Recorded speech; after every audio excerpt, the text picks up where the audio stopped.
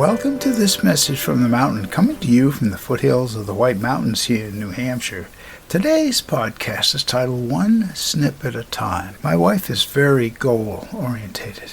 She's always got a list of 2 or 3 things she's working on. Spends a lot of time with scissors in her hand when she's making quilts.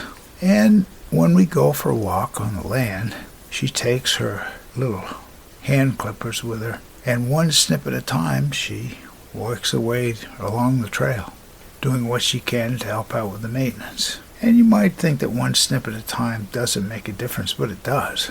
It's the willingness to just go ahead and do that. Particularly this year where I'm not doing what I consider to be my fair share. It's really welcome.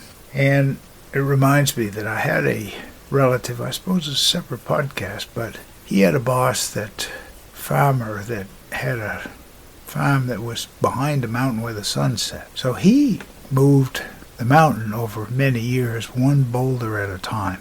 Can you imagine that?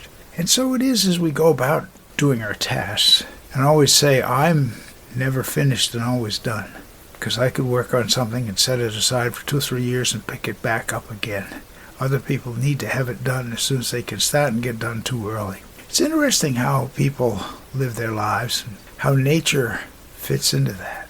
Eventually, the fields will get mowed, and it'll be back to what it looked like, even though in the summertime it might not look the same. But eventually, by fall, everything will come back into balance again. And life comes back into balance, too. One step at a time.